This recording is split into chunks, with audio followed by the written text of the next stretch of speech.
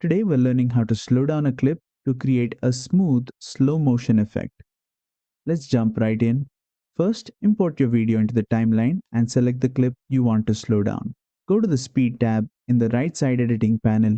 Here you'll find the speed slider. Drag it to the left to reduce the speed and create a slow motion effect.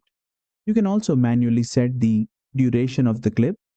Increasing the duration will automatically slow it down while keeping smooth playback.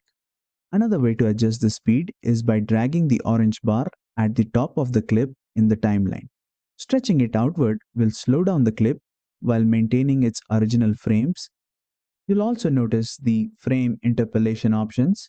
There are two options: frame blending and optical flow. Frame blending is faster but lower in quality, while optical flow takes longer to process but gives much smoother results. Let's select optical flow for the best quality. To preview the effect, select the timeline and hit enter to render and watch the slow motion playback smoothly. And that's it.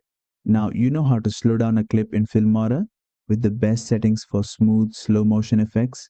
If this tutorial helped, don't forget to like, share, and subscribe for more quick Filmora tips.